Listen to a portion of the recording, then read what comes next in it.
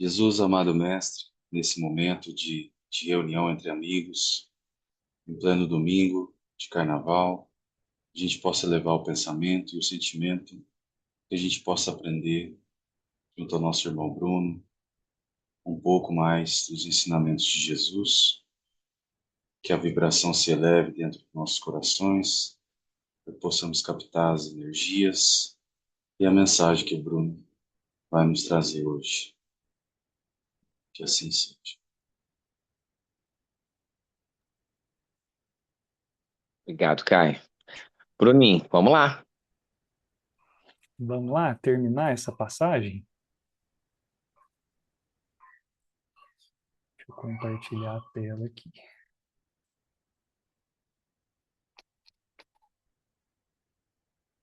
Foi, né?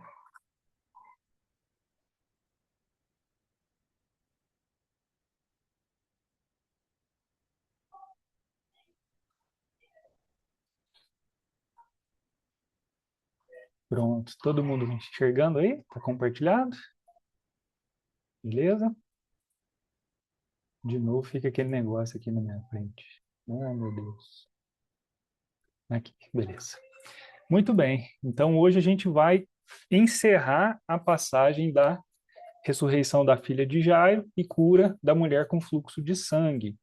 Então, Evangelho de Lucas, uma passagem extensa, né? Do versículo 40 ao 56. Acho que só perdeu para a passagem do Gerazeno, mas a gente conseguiu chegar no final dela, né? Ficamos Acho que com Sermão do os Monte quatro. também, Bruno. Oi, Everton? Sermão do Monte também, perdeu. Também, verdade, né? E a gente ficou com os quatro últimos versículos, né? E a gente, de certa forma, está trabalhando os quatro juntos aí nesses dois últimos encontros. Vou reler essa última passagem para a gente seguir, né? E zombavam dele, sabendo que ela morrera. Zombaram dele, Jesus, né? Jesus, agarrando a mão dela, chamou, dizendo: Menina, levanta-te. O espírito dela retornou e imediatamente levantou-se e ordenou dar-lhe algo de comer.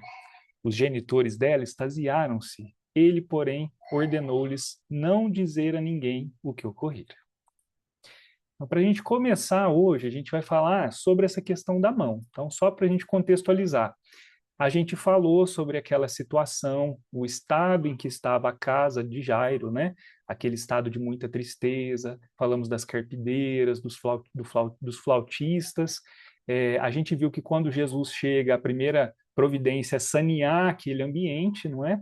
Depois disso, ele vai dar uma ordem para a menina. A gente viu até como que isso foi dito no original, né? No aramaico, Talitha cumi. E aí a menina, ela se levanta. E a gente comentou na semana passada é, a simbologia do estar dormindo, né? E aí a gente foi lá na Joana, e a Joana de Ângeles disse para nós que todos nós, de certa forma, estamos adormecidos em algum aspecto, porque isso faz parte do processo evolutivo. Conforme nós vamos evoluindo, conforme nós nos desenvolvemos, nossa consciência vai se tornando cada vez mais desperta. Então, todos nós ainda estamos num certo sono, e todos nós vamos nos despertando desses sonos, como a gente fala, né? Aquele processo de evolução espiral. Então, a gente está sempre, né, revivendo alguma situação, mas sempre num andar acima, e assim a gente vai progredindo, vai crescendo. E aí a gente ficou agora de falar o como, né? Como vai se dar esse processo? A gente entendeu que a gente precisa despertar, e agora a gente está desperto. Mas será que basta isso? Será que basta a gente estar acordado? Aí tem uma lição do Emmanuel que ele vai comentar sobre o acordar e sobre o erguer. Ele vai traçar um paralelo. Então, esse acordar é o processo do despertamento, certo? Então, quando a gente fala assim, nós já nos despertamos para as verdades eternas, nós estamos acordados para a realidade do espírito. Então, nós sabemos que somos seres imortais, sabemos que temos uma jornada pela frente, sabemos que precisamos trabalhar pelo nosso crescimento. Então, isso é o acordar, é o estar desperto, não é? Mas percebam que Jesus fala para ela se levantar. Então, é sutil, né? Quer dizer, ele não falou para ela acorda, ele falou para ela levanta. Então aí a gente vê o processo de verticalização, o processo de se colocar de pé, né? E aí também está, junto com isso, a palavra mão vai dar a chave da cura, a chave da salvação. Porque esse pai, ele roga a Jesus que Jesus cure a filha dele.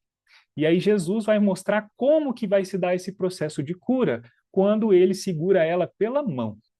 Poderia ter só falado para ela se levantar, né? Por que será que Jesus agarra a mão dela? Então é para evidenciar aí uma chave de interpretação que acho que a gente já comentou em algum momento desses anos nossos de estudo, né? A gente fala muito de pés, da simbologia dos pés, que na chave interpretativa do Evangelho, conforme diz Emmanuel, conforme dizia o Sr. Honório, pé é sentimento. Então, sempre que você vê a palavra pé em alguma passagem do Evangelho, você consegue trocar isso por sentimento e fazer uma interpretação daquela passagem. E mão? Quando a gente fala de mão, a gente está falando do quê? Trabalho, né, Daiane? A Daiane falou ali, ó, trabalho.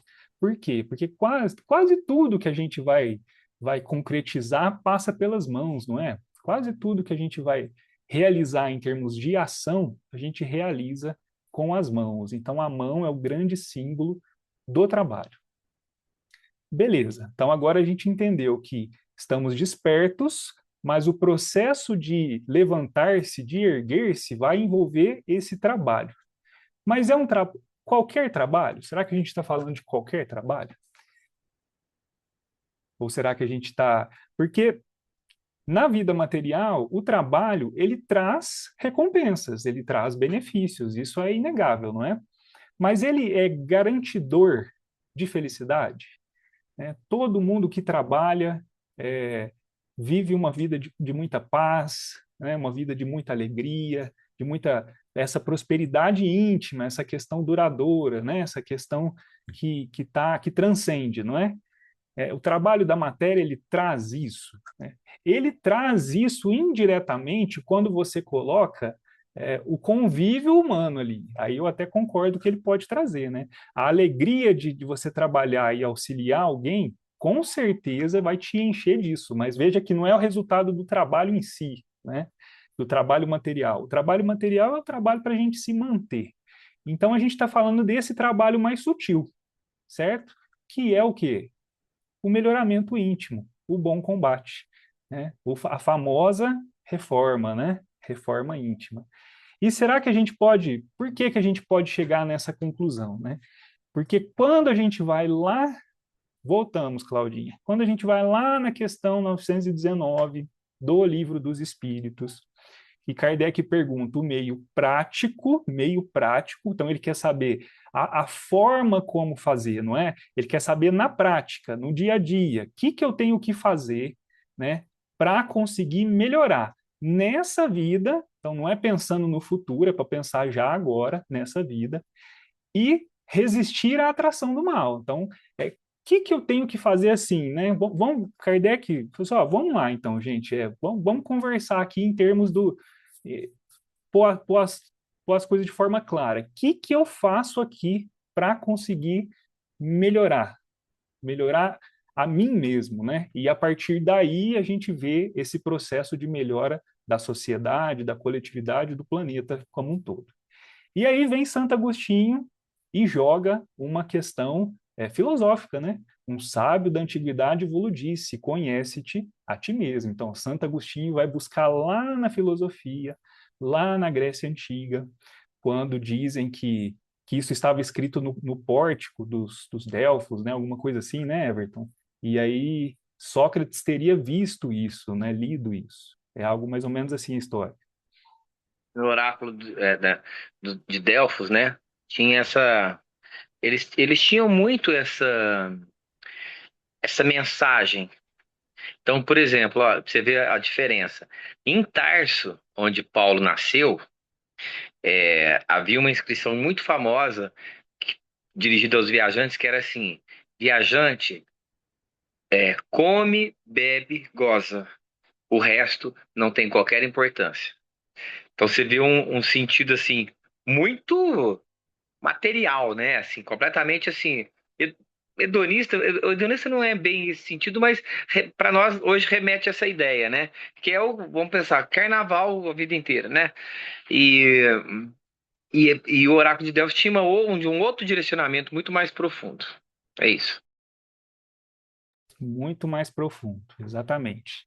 E aí Kardec fala, bom, né, Santo Agostinho, isso aí a gente sabe, ó, conhecemos toda a sabedoria dessa máxima, isso aí que a gente tem que se conhecer, a gente já sabe, mas a dificuldade é essa, como que eu vou me conhecer? O que eu tenho que fazer para conseguir enxergar aquilo que precisa ser mudado em mim?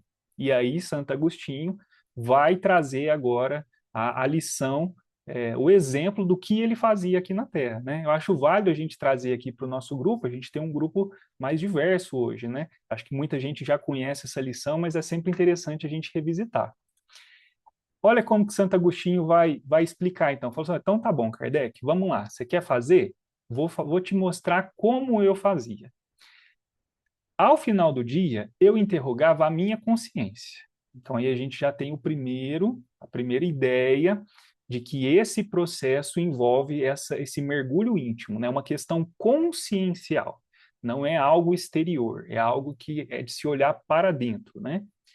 Passava em revista ao que fizera e perguntava a mim mesmo se não faltar algum dever e se ninguém tivera motivo para de mim se queixar. Ele coloca duas condições aqui, né, digamos assim, para que ele tenha um dia proveitoso.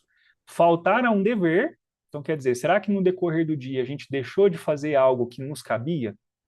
Por que que isso é importante a gente checar? Porque sempre que a gente deixa de fazer algo que nos cabe, outra pessoa vai ter que fazer. Ou alguém vai ser prejudicado pela ausência daquela nossa atitude, não é? Então, indiretamente é uma prática do mal, né? Indiretamente, por tabela. Né? Por isso que eles falam que não praticar o mal não basta. É preciso uma virtude ativa, não é? É preciso a prática do bem. Então, porque quando você deixa de fazer algo, você pode até não ter praticado o mal, mas por conta da tua omissão, alguma consequência vai ter acontecido. Então, se não faltar algum dever. E o outro ponto, se ninguém tiver motivo para de mim se queixar. Aí a ideia, será que na relação, no dia a dia com o outro, eu fiz algo que deixou o outro de alguma forma contrariado, né? Será que eu fui mal interpretado em algum momento? Será que aquela pessoa ficou chateada comigo? E ele fazia esse raciocínio diário. Agora, quem faz isso aí, né? A gente conhece, mas quem faz isso aí? Quem já colocou isso aí em prática, nem que seja uma semana? É difícil, tem que ter disciplina, né? Para conseguir fazer isso todos os dias. Ele falava que fazia isso todos os dias, né? Foi assim, fazendo essa, e olha que interessante, fazendo perguntas, né? Foi assim que cheguei a me conhecer e a ver o que em mim precisava de reforma. Aí a palavra é legal também, que casa com o nosso estudo, né? Porque quando a gente fala em reforma, isso nos remete ao quê? O que é a primeira coisa que vem à nossa mente quando fala reforma? Você pensa em casa, Bagunça. não é? Casa. E aí a gente falou da importância da casa mental, né? Do saneamento da casa mental, que foi o primeiro passo para a cura da filha de Jairo, né? Quando Jesus vai e tira as carpideiras, tira os flautistas lá, dá aquela renovada no clima mental. Então a ideia é que a gente vá reformando essa nossa casa mental, e aí o Aloysio ele usa uma expressão muito bacana, né? Ele fala, a gente reforma a nossa casa mental até que ela se torne uma mansão, uma mansão. Que legal, né? Aí fazendo esse paralelo, aí você pensa na casa mental do Cristo. Que tamanho que não é esse palácio, né? Imagina estar na casa do que estar com imagina Jesus entrar na tua casa mental, né? Que aí você é Jesus reconhecendo tudo que está dentro de você. Agora imagina você entrar na casa mental do Cristo. O que não seria isso, né? Impressionante. E aí esse é o caminho prático. Então, se todo mundo aqui precisar de um direcionamento, é lógico que a gente pode pensar em outras formas, mas ficou aqui, Santo Agostinho já deixou registrado para nós uma forma de fazer isso, né? E olha que interessante, aquele que todas as noites evocasse todas as ações que praticara, passava o dia em revista, né? E inquirisse de si mesmo o bem ou o mal que houvera feito, rogando a Deus e ao seu anjo de guarda que o esclarecessem, grande força adquiriria para se aperfeiçoar, porque, crede-me, Deus o assistiria. Isso é interessante, porque aí a gente pode pensar assim, nossa, mas será que eu vou enxergar isso? Será que eu vou conseguir, de fato, perceber sozinho, né, nesse processo de autorreflexão? Será que eu não preciso, às vezes, do outro para me indicar, para me mostrar? E aí ele fala que você não está sozinho fazendo isso. Se você, de fato, se dispõe a fazer isso com vontade, né, com boa intenção, o teu anjo da guarda vai te inspirar para que você de fato olhe e fale, nossa, né, dá um clique, é isso aqui não está legal, isso aqui precisa ser mudado. Então a gente não está sozinho nesse processo. Achei bem interessante frisar isso aqui também. E aí, para a gente fazer aquele sopesamento também, né? Porque, beleza, estou passando o dia em tudo aquilo que eu fiz. Então, todas as minhas atitudes. Agora, como é que eu doso? Qual que é o fiel da balança para saber se essa atitude ela pesa para o lado bom ou para o lado ruim, né? Dirigi, pois, a vós mesmos perguntas, interrogai-vos sobre o que tendes feito e com que objetivo procedeste, em tal ou tal circunstância. Sobre se fizestes alguma coisa que, feita por outrem, censuraríeis.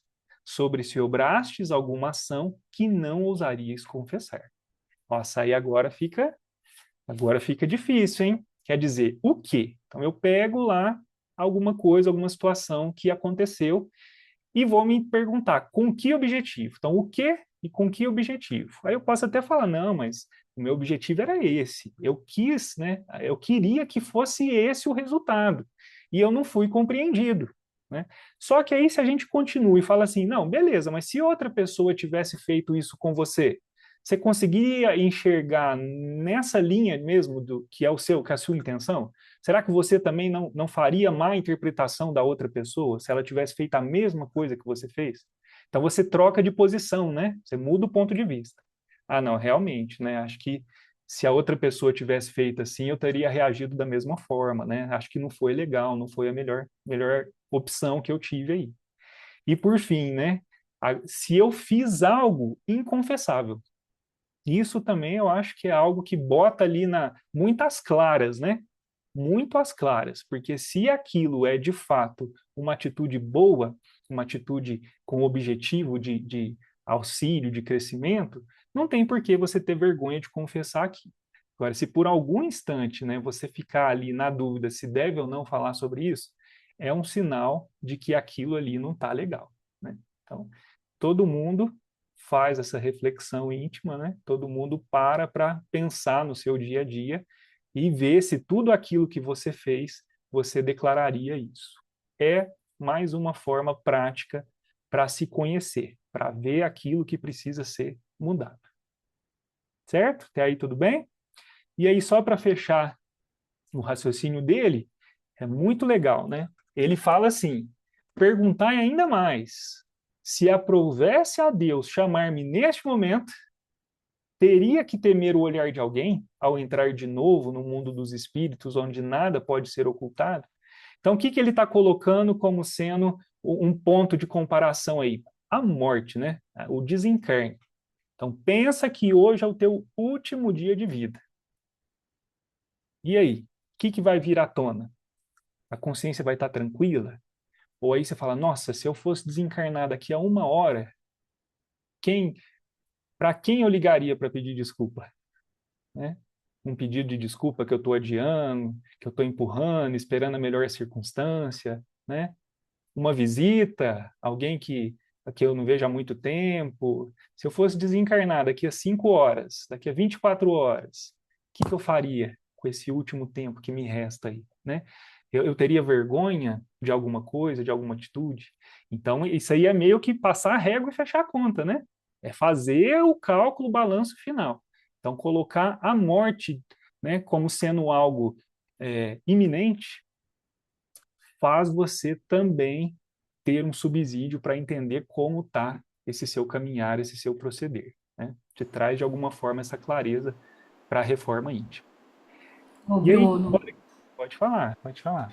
não é só que eu acho interessante nesse fechar a conta aí, passar régua, porque durante muito tempo esse trecho, né, eu sempre tentava fazer esse exercício, mas ele vinha acompanhado, no meu caso, com a culpa. E aí eu venho aprendendo que a culpa nunca pode ser companheira dessa reflexão e dessa constatação, assim, de como foi o seu dia, de como foi suas ações. Então, claro, sempre tem alguém pra gente pedir desculpa, sempre tem alguém que pode estar chateado com a gente, mas assim, refletir sobre essas coisas, aprender e modificar sem ter a chibata. Talvez vocês não tenham aqui, isso era muito meu caso, assim, de ficar presa nessa, ai, nossa, eu sou uma porcaria de pessoa porque eu fiz isso, entendeu? E ficar mais preocupada em me castigar do que em resolver a situação, entendeu? Então eu acho que essa reflexão de Santo Agostinho aí é mais nesse sentido da ação, sabe? De você aprender, porque a gente vai errar mesmo, a gente erra mesmo e toda hora e amanhã vai errar de novo, mas assim, o que esse erro me traz de aprendizado, não de culpa, nem de você ficar preso naquele erro, entendeu? E sim se mover em repará-lo, em consertá-lo, ou em aprender com ele, enfim. Exatamente, né? Aí é trocar culpa por responsabilidade, né? Acho que é isso que o Haroldo gosta de falar também, né? Aí muda a figura, porque aí você se põe nessa posição ativa, né? Tomar consciência e partir para a mudança. Não é se martirizar. Muito bom, viu? E aí olha que interessante, né? Que essa reflexão é uma reflexão de Santo Agostinho que está no Livro dos Espíritos. Quer ver quem vai falar algo muito parecido com isso? Professora Lúcia Helena. Olha que legal o que ela vai falar. Ah, peraí que eu tenho que compartilhar o áudio aqui com vocês. Só um minutinho. Essa moça é um fenômeno. Ela é demais mesmo, né? Bruno, depois deixa eu só fazer uma colocação. Claro, pode falar, Vivi. Eu faço Nova Acrópole, né? E para quem não sabe, tem Nova Acrópole em Ribeirão Preto. Então, eu recomendo grandemente que vocês se matriculem no curso de filosofia da Nova Acrópole. Pertinho de nós, hein? Em Ribeirão, aí. Eu não sabia. Que legal, hein? A professora Lúcia Helena vai lá de vez em quando? Aqui, O professor que tem lá é muito, muito, muito bom. Muito bom. Do nível da Lucilena. Mas ela não vai com tanta frequência. Toda vez que eu tenho que estudar com ela, eu tenho que me dirigir a São Paulo ou Brasília. Entendi. Legal. Muito bom saber. Olha só o que ela vai falar então, ó. Imagine que você se coloque a sua consciência no último dia da sua vida. Que tipo de ser humano você quer ser aí? O que você quer ter construído em você? Como você quer ser? O resultado do seu trabalho de uma vida inteira é o quê? Você quer ter alguma virtude, algum valor? É importante que você faça essa escolha. É como se fosse uma casa que vai ser construída. Primeiro você chama o arquiteto e ele desenha a planta bem detalhada, passa para o engenheiro que passa para o mestre de obras. Todo dia, para o mestre de obras começar a trabalhar, vai olhar para a planta pronta do futuro. Se nós não sabemos o que é o nosso ideal, como vamos trabalhar, para onde, em que direção, estamos absolutamente à deriva. Muitas vezes nos sentimos assim, meio soltos na vida, meio à deriva. Porque de fato muitas vezes estamos. Então colocar a nossa consciência nesse momento vai nos obrigar a definir um ideal de vida que certamente está no plano sutil de valores, de virtudes, de sabedoria. Porque diante da morte ninguém está pensando no seu saldo no banco ou na quantidade de carros que deixa na garagem. Diante da morte necessariamente pensamos no campo do ser. O que eu fui, o que eu permiti que as pessoas fossem através de mim, e o que o mundo se tornou graças a mim. Ou seja, eu fui fator de soma, eu somei, nem que seja um pouquinho. Ou seja, eu passei pelo mundo fazendo diferença. E isso é fundamental. Tá? Então a gente coloca como objetivo, digamos, fraternidade e justiça. Esse é o meu objetivo. Todos os meus dias vão ser encaminhados nessa direção, sem nenhuma ansiedade. O ideal não é para que você fique ansioso, é simplesmente para que você dê consistência a cada dia. Em cada dia você faz a parte de justiça e fraternidade que te cabe fazer agora. A cada dia você vai caminhando nessa direção, procurando fazer dias completos e não ansiando por nada. O ideal é simplesmente para que você não se perca no meio do caminho. E isso é muito importante, porque tendo esse direcionamento, não somos tão manipuláveis.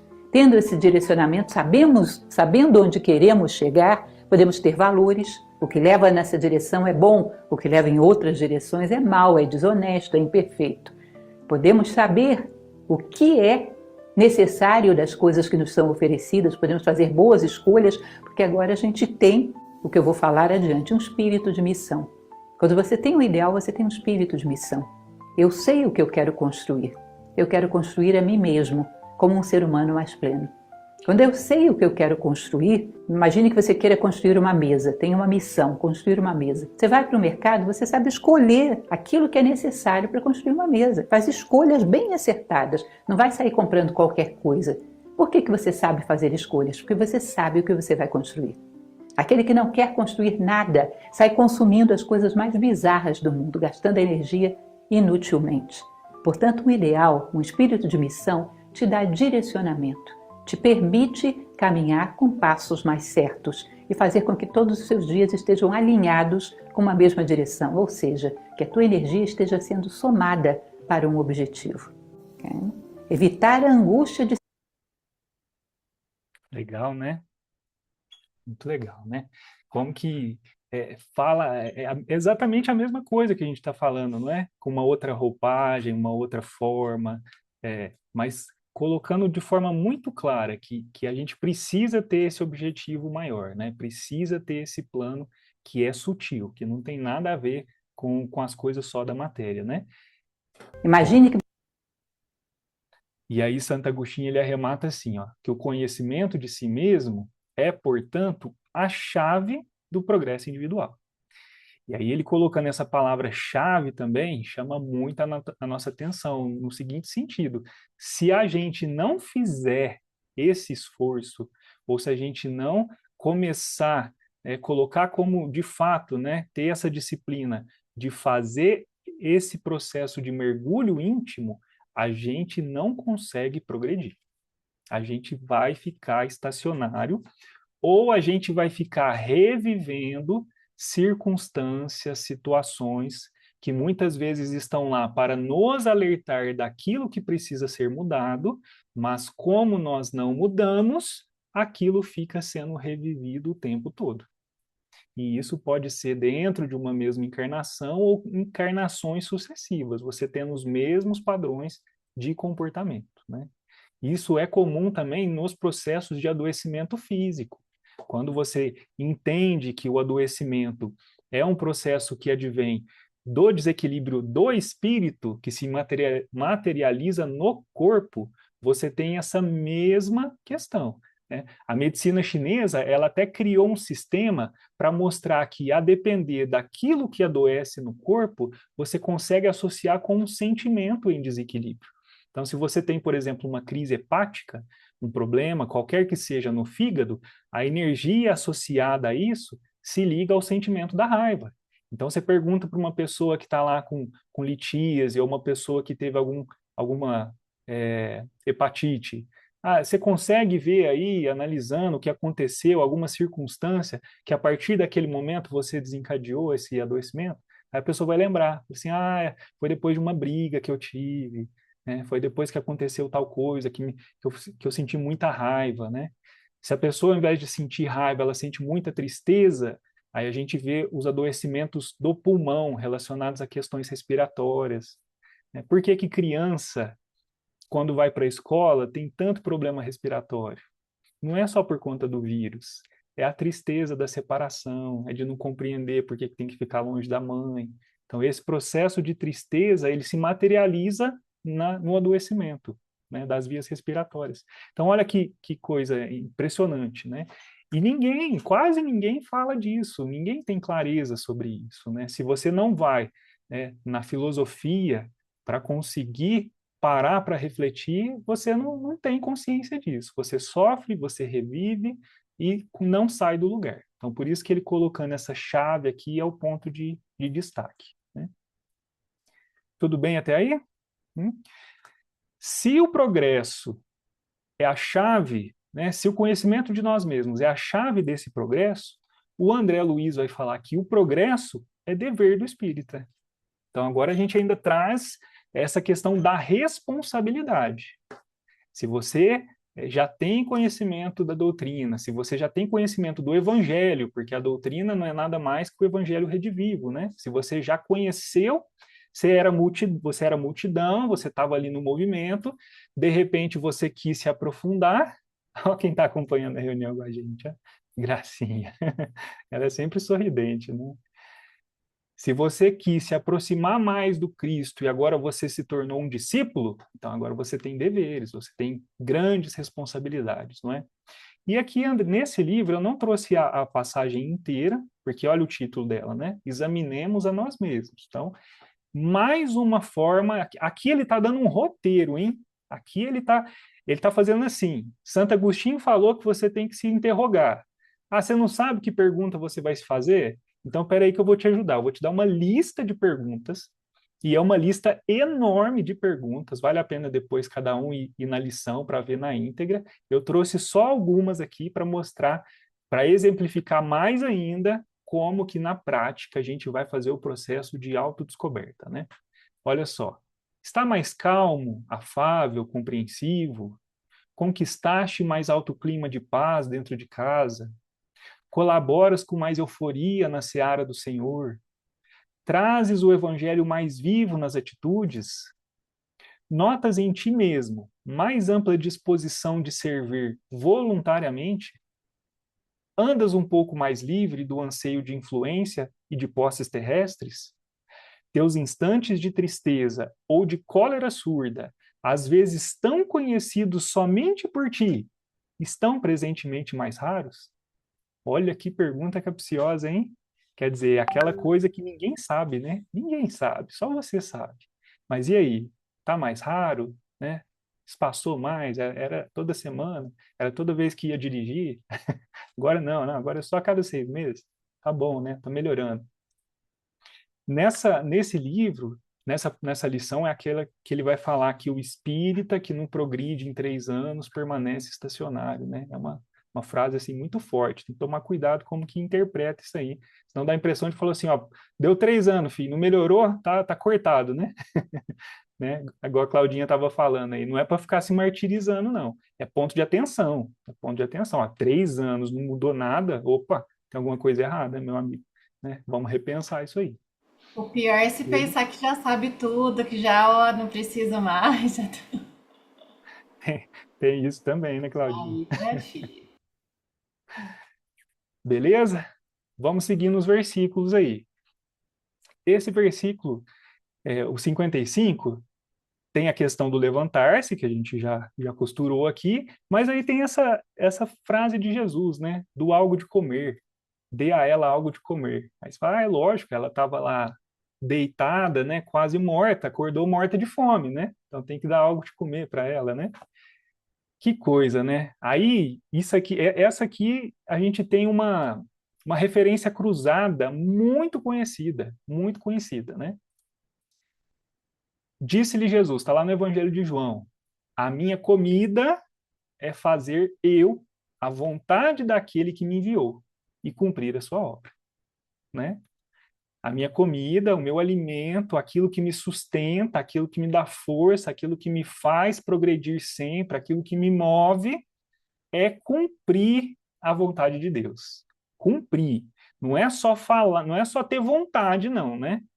Entende? Olha o título da lição, ó. Afirmação e ação. Então, uma coisa é você afirmar que quer cumprir a vontade de Deus. A outra coisa é você cumprir a vontade de Deus. Entende? Então, Jesus, ele não só falava, mas fazia. Então, quando Jesus fala para dar para essa menina algo de comer, o que ele está querendo dizer com isso, então? Ó, o pai, naturalmente, guarda planos indevassáveis acerca de cada filho. É imprescindível, no entanto, que a criatura coopere na objetivação dos propósitos divinos em si própria, compreendendo que se trata de lamentável abuso, muita alusão à vontade de Deus, quando vivemos distraídos do trabalho que nos compete. Então, a vontade de Deus, esse alimento, o que é o alimento que vai fazer com que essa menina não só se levante, mas tenha vitalidade para seguir em frente? O trabalho. É cumprir exatamente isso que a gente está falando. É cumprir a parte que cabe a ela, né? E qual que é a parte que cabe a todos nós e que todos nós podemos fazer? Exatamente o bom combate, exatamente a melhora íntima, né? Então, ele coloca esse contexto antes, né? Porque ele vai trabalhar mais essa ideia de que a gente fala que tudo é vontade de Deus, né? É a vontade de Deus disso, é a vontade de Deus ali, tudo é vontade de Deus, mas na prática não acontece nada porque a gente não se coloca como cumpridores da vontade de Deus. Por isso que ele fala, né? Deus tem planos, ó, indevassáveis para cada um, desde que cada um faça a sua parte para esse plano se concretizar. Então eu trouxe só esse trechinho aí para a gente costurar com esse versículo. É lógico que daria para fazer só um estudo, né, gente? Mas aí não dou conta, não. Beleza? Vamos caminhar para o final? Esse final aqui também tem uma cerejinha do bolo, hein? Vamos lá. Os genitores dela extasiaram-se, ele, porém, ordenou-lhes não dizer a ninguém o que ocorrera. Então aqui está assim, ó, Jesus falando para quem estava ali, ó, não é para contar o que aconteceu. Lá no Evangelho de Mateus está como? A notícia se espalhou. Então aí tem é um paradoxo? Não é um paradoxo, né? Vamos entender melhor. Primeiro lembrar do que a gente está falando. Que notícia que se espalhou? A notícia da vinda do Cristo, não é? O Evangelho. Vocês lembram o que significa Evangelho?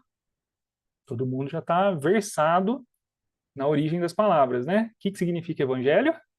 Boas novas, boas notícias. Boas notícias. Quem falou? A Karen falou. Boas notícias. Qual a origem dessa palavra, Karen? Você lembra o contexto dela lá naquela época do Império Romano? Você se lembra? Eu acho que era porque eles tinham o hábito de em praça pública, né, falar sobre as notícias, né? Então, era uma alusão, eu acho que era mais ou menos isso, se eu não me engano. É isso mesmo? Não lembro. O caminho é exatamente esse, né? Lembra que a gente está É. falando de um império de enormes proporções, e que Uhum. havia necessidade de se estabelecer um fluxo de informação entre o núcleo, né, a Isso. capital do império, com o restante todo do império. E aí, quer dizer, quando o imperador queria mandar uma notícia lá para aquela região sob controle dele lá, né? Ele mandava Dava esse evangelho. mensageiro. É Ele verdade. mandava o evangelho, a boa notícia, né? Boa A notícia. novidade, Uhum. que, como você falou, seria pregado em praça pública ou anunciado em praça pública. Isso. Agora, vamos fazer o paralelo disso com o Cristo. O Cristo, ele não traz a mensagem. O Cristo é a mensagem. Legal, né? Ele é a mensagem viva, né? E por que as lições de Jesus chegaram até nós? É porque teve alguém que anotou tudo no caderninho e saiu reproduzindo, fazendo xerox e esparramando. É por isso que a gente está aqui hoje reunido, por conta da palavra escrita, por conta da palavra falada. Por que as lições de Jesus chegaram até nós? Por quê? A Pela vivência. energia, pelo amor, né? Não foi isso? Que ele já, essa energia que nos tocou, né? A presença dele, antes de qualquer palavra, né? Então, o exemplo dele, né? Não as palavras, que se fosse só palavras, talvez ficassem perdidas, né? Mas o exemplo dele, né? O exemplo arrasta, né? Aquela frase, né? As palavras convencem, mas o exemplo arrasta, né? Exatamente. É nesse sentido que você ia falar também, né, Claudinha? Nesse sentido, né? Desculpa, Exatamente. Claudinho, te cortei, desculpa. Imagina, a gente falou junto. Mas é isso mesmo, a vida de cada um, né? A vida, exatamente, né? A mensagem, ele não só era a mensagem viva, né? Como essa mensagem, ela se espalhou justamente pelo fato dela ser viva, né? Porque aquele coração que é tocado pelo Cristo, ele se converte também numa cópia dessa mensagem, entendeu? Jesus é a carta, Jesus é o original, né? Todo mundo que vai replicar os seus ensinamentos são cópias, nem que seja de um pedacinho desse livrão, né? De um pedacinho desse texto que vai se esparramando, né? Mas pela vivência, não é pela palavra, não é pela escrita. Isso é, digamos assim, é um complemento, né? É algo que vem depois. O que vem primeiro é a mudança íntima. Então, nesse sentido, a mudança íntima que nos torna cartas vivas, né? Nesse sentido, o Emmanuel vai falar, lá no livro Deus Conosco, ó, a obra essencial. Ó, ele começa assim, na propaganda espírita e na extensão do evangelho. Então, nesse processo de espalhar a boa nova, de espalhar as lições de Jesus, para que a gente cumpra isso de fato, né, da forma como ele espera de nós, ou seja, de uma forma que isso não se perca, ou pensando assim, para que isso tenha mais peso, né, para que isso de fato toque corações, é preciso atender a tarefa básica que nos cabe cumprir. E olha como que isso vai amarrar com tudo isso que a gente está conversando aqui. Ensinaremos a humildade com frases oportunas e bem feitas. Entretanto, se o orgulho ainda mora conosco, toda a nossa conceituação primorosa é simples ruído ao vento. Olha isso, hein? Olha isso. Quer dizer, se você treinar, você consegue repetir tudo que Jesus falou, não é? Você consegue, né? Consegue até fazer estudo do NEP aqui, né? Se treinar, sai. Agora, você tocar um coração exige muito mais do que essa capacidade de construção de frase, como ele está colocando aqui, né? Muito mais, muito mais. Pregaremos o impositivo da fé, mobilizando apontamentos dos grandes instrutores. Todavia, se não revelamos confiança em Deus, em nós mesmos, o próximo necessitado encontrará em nossa intimidade apenas o sermão precioso e vazio. Isso aqui a gente faz esse paralelo com o próprio Jairo. Né? Lembra que a gente comentou que o Jairo ele era chefe da sinagoga? Então ele era essa liderança, era aquela pessoa que as pessoas se espelhavam nele. Né? Então esse processo de cura, a gente pode muito bem falar que a cura aconteceu também com Jairo, não só com a filha de Jairo. Porque a gente tem um paralelo disso também. O paralelo com Públio e Flávia. Então, a doença da filha foi o meio, foi o veículo para a cura do senador orgulhoso, não é? Para que a partir daquele instante ele iniciasse esse processo de mudança. Então, pode ser que Jairo sangrasse, era o Jairo que estava desvitalizado. E aí, nesse processo de Jesus curar a filha dele, é ele que é curado. Por quê? Porque ali a gente ressaltou essa questão da confiança em Deus, não é? Crê somente, crê somente. Não foi esse o trechinho que a gente estudou, né? Então, olha que interessante. Agora, ele poderia, quando ele já falava da importância da fé. Agora, imagina ele com a filha curada, né? Imagina ele com a filha curada falando de fé. É muito mais forte, não é? Toca muito mais, né? Fala com muito mais propriedade. Talvez até por isso que todo missionário tem vida difícil, né? O Chico, ele pode falar de tudo que está nos textos de Emmanuel, porque ele vivenciou tudo aquilo, não é? Não é nada vazio ali. Ele pôs na prática tudo que está lá. Interessante, não é? Bruno, Pode falar.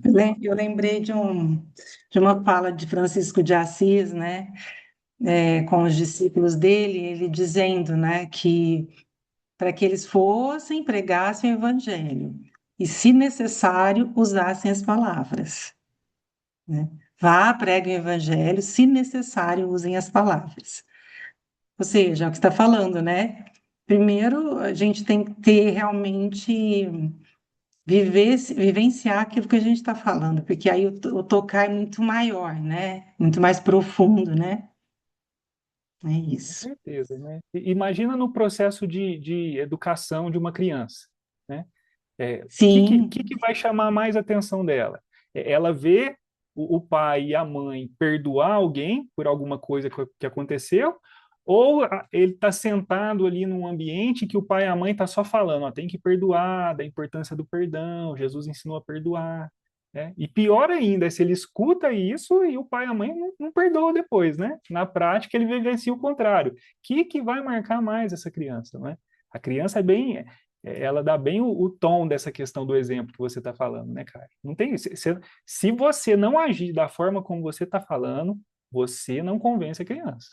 Não dá para dobrar. Eu sei na prática, né? Não dá para dobrar. Aí Emmanuel continua: encarecemos a obrigação da caridade como exclusivo recurso na sustentação da harmonia entre as criaturas. No entanto, se o egoísmo ainda se oculta na cidadela de nosso espírito, ó, a casa mental do espírito, né? Em vão recorreremos ao socorro da virtude, de vez que a sinceridade não nos clareará o caminho. Demonstraremos com robusta argumentação o valor do trabalho como fator de progresso, contudo, se confiamos nossa vida à rebeldia e à ociosidade, nossos apelos redundarão em pura inutilidade, porque a ferrugem de nossa existência contagiará quem nos ouve, gerando perturbação e indisciplina. Somos todos assim, em toda parte e em todas as situações, defrontados por uma obra essencial, a cuja execução não conseguiremos fugir sem dano grave. Essa obra reside no aprimoramento de nossa própria alma. Então, olha que legal como que juntou tudo, né? Então, se nesse processo da cura, que exige o acordar, né, o abrir os olhos, tomar consciência, exige o levantar, que é o início desse processo de ação, de execução, né? Que a mão simboliza esse trabalho e que o trabalho primordial é a nossa reforma íntima, o nosso progresso, o nosso melhoramento. Quando nós assim fazemos, nós estamos, ao mesmo tempo, espalhando o evangelho do Cristo, espalhando a boa nova. Por isso que tudo isso que Jairo passou se espalhou, por isso que a notícia se espalhou, porque esses corações foram trabalhar, né? Esses corações foram mostrar na prática os efeitos desse contato com as lições de Jesus, não é?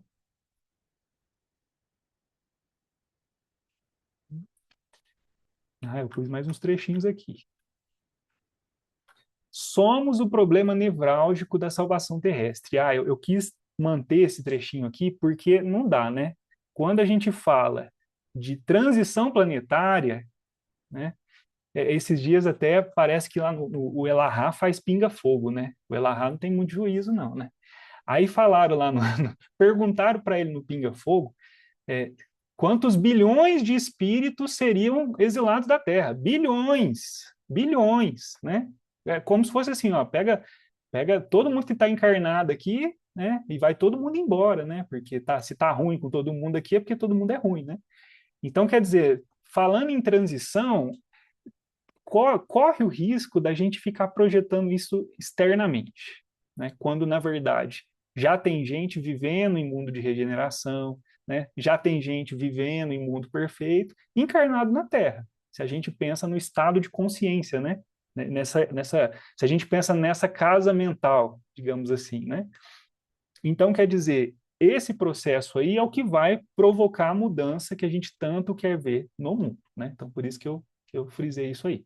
Sem nossa elevação pessoal, o lar que nos abriga é incapaz de soerguer-se, olha a escala, olha a escala que ele cria, né? Sem nossa elevação pessoal, né? Sem o único, sem a unidade.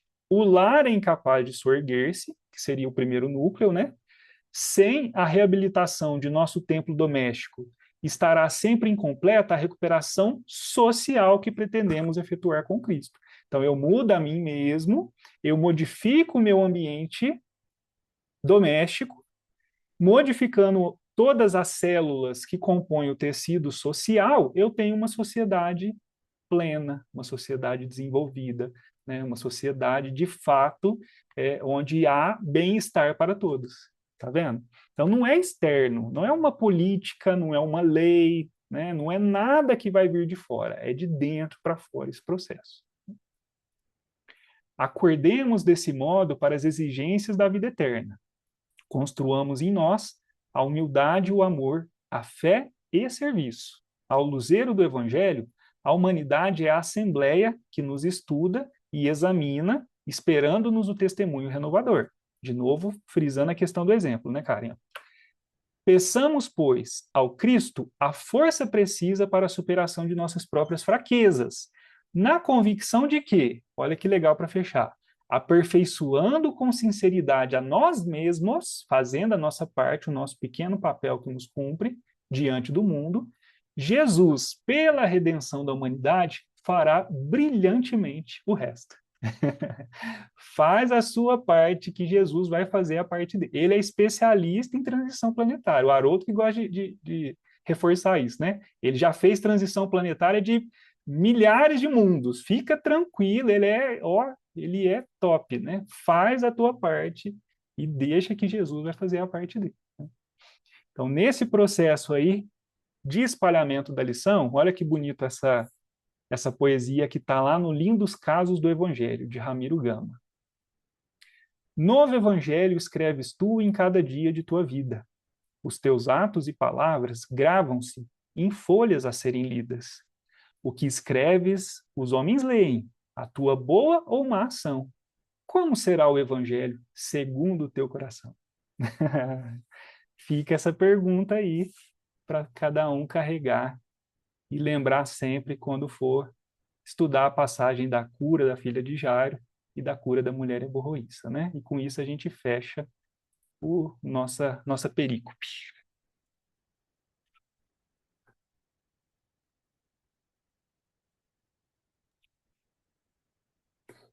Se eu fosse uma pessoa velha, eu ia falar que fecha com chave de ouro. O pessoal de antigamente falava assim, eu li em algum lugar.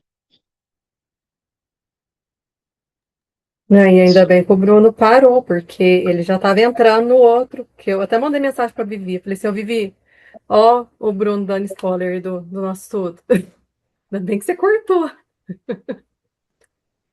Então, eu queria dar esse recado, que semana que vem tem a Daiane e a Viviane que vão fazer o estudo para nós, né? E, e também queria falar que eu estava com cara de rancheiro, disseram aí, mas a Carla também está no meio do mato, que ela começou na luz e terminou já na noite lá. Fiquei reparando. Não tem um lugar de paz aqui, tá difícil.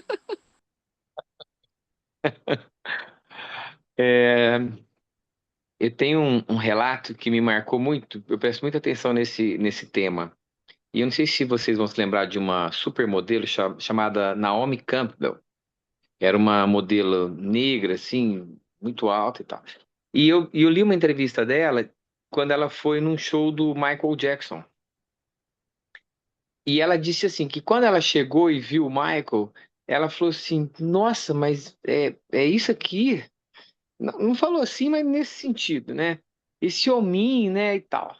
E ficou ali. Aí ela diz assim, quando foi chegando a hora do show, esse cara foi se agigantando. E quando ele entra no palco,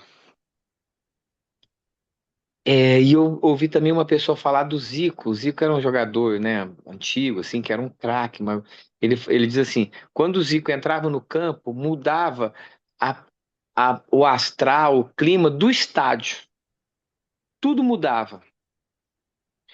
Do Chico, uma das obras que eu li dele, quando foi tirar a foto Killian, não conseguia tirar, porque a expansão da aura era tão grande que não conseguia captar.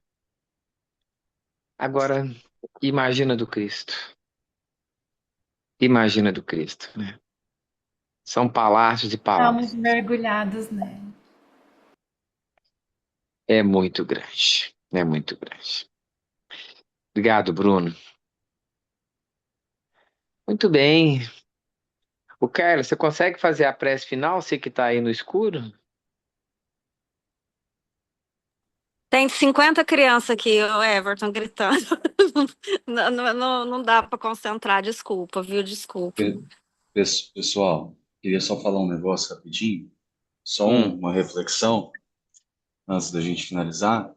O Bruno ou a Claudinha falou sobre Joana de Ângeles no começo, né? Falando que tem os estágios ali da culpa, né? Que a gente às vezes tem que, às vezes não, né? Ela afirma que a gente tem que trocar a culpa pela responsabilização. Eu acho que no Livro dos Espíritos, em algum lugar do Pentateuco, também fala desse caminho entre a gente sentir a culpa, depois se arrepender e ir para a reparação, né? A reparação, ela nos traz um movimento de ação, né? E a ação, ela está ligada ao exemplo, porque o exemplo é uma ação, né? E quando a gente vê alguém fazendo alguma coisa, a gente sente mais, né? Nosso inconsciente, ele aprende muito mais com a presença do que com o discurso, pelo menos é o que eu sinto. Então, quando a gente, por exemplo, vamos supor que a gente se encontra com o Chico, a gente lê o livro do Chico, é óbvio que a hora que o Chico dá um exemplo do que ele ensina para a gente numa leitura de uma psicografia que ele faz, ou alguma coisa que ele fala, presencial vai nos tocar muito mais. E a Joana de Ângeles fala sobre esse caminho, que a gente não pode estagnar no remorso. Remorso é aquela culpa estagnada. Culpa, mais culpa, a gente fica remoendo. E, e essa transição entre a gente sentir a culpa, não transformá-la em remorso, ir para o arrependimento e depois para a reparação, é mais um exemplo, né? Mais uma prova de que a gente aprende muito mais com o exemplo, porque quando a gente faz a reparação, a gente vai dar o exemplo para o outro. A gente vai deixar um pouco a fala de lado e vai fazer alguma coisa. Ou seja, você precisa reparar, você precisa fazer alguma ação. E aí você aprende, você ensina para o próximo, né? Quem está te assistindo, com a reparação que você faz. Então, eu queria trazer Ô, esses pontos Caio, que eu acho que é importante. isso que você falou está no livro Céu e Inferno, né? Que é o Código Isso, Penal da Vida Futura. Viu? isso, que tem a ver com a justiça restaurativa, que Sim, eu gosto muito sim. também. Desculpa a viajada aqui, mas você Vivi também quer falar? Não, eu ia falar justamente da série psicológica da Joana de Ângeles, né? Que ela fala justamente isso. O espírito consciente, ele não se culpa, ele se resigna e segue o caminho. E o Rossandro fala muito isso na palestra dele. Imagina se Paulo, ao invés de simplesmente pegar o caminho que ele deveria seguir para poder pregar a palavra de Jesus e fazer o que ele fez, ele tivesse ficado preso no mal que ele causou. Não só Estevão, mas isso, todos os outros cristãos, a Abigail também. Então, assim, o tempo que a gente perde dirigindo por uma estrada, olhando para o retrovisor, atrasa toda a nossa existência. O mais importante é errei, resignação, entender, conscientizar, se necessário for ressignificar e seguir em frente. E no The Chosen tem uma passagem muito bacana quando a Maria erra, eu sei que isso não é bíblico, tá? Mas é licença poética, quando ela erra e cai na vida de novo, né? E ela fala, eu não é, estou à altura, não estou à altura. Aí Jesus fala, mas eu não espero que você esteja, né? Você não está. Na hora que ele fala, eu te perdoo, aquilo lá eu acho que rasga o coração, né? Porque dali para frente, tá, eu tô perdoado. Então, e continua falando, Jesus se alegra mais por uma ovelha, né? Deixa os 99, vem resgatar mais festa no céu quando uma arrependida do que 99 que nunca erraram. Em vários momentos nos é trazido isso de seguir em frente mesmo após o erro, né? Eu acho isso fantástico.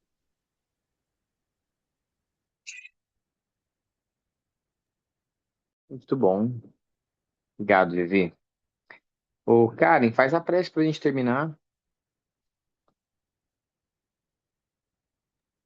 Faço sim. Então vamos, nesse momento,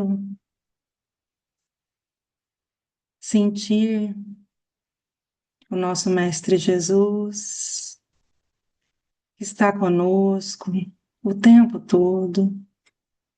Não tenhamos dúvida disso em nenhum segundo de nossas vidas. Que possamos, a partir de hoje, refletirmos mais na nossa reforma íntima, nessa necessidade urgente, já que estamos buscando viver de acordo com o Evangelho de Jesus, que nós possamos procurar essa prática de uma forma disciplinada, direcionada, para colhermos os frutos dentro de nós, de nossas vidas, de tudo aquilo que a gente faz. Então, que neste momento nós estejamos com os nossos corações agradecidos por essa oportunidade de estarmos aqui juntos, refletindo do Evangelho da noite. Só temos a agradecer o nosso Mestre Jesus. Pai nosso que estais no céu, santificado seja o vosso nome. Venha a nós o vosso reino. Seja feita a vossa vontade, assim na terra como no céu. O pão nosso de cada dia dá-nos hoje, Senhor. Perdoa, Pai, as nossas dívidas, assim como perdoamos aos nossos devedores. E não nos deixe cair em tentações, mas livra-nos de todo mal. E que assim seja. Muito obrigada, Jesus. Obrigada, gente. Beijo para Gente, obrigado. Até você. domingo.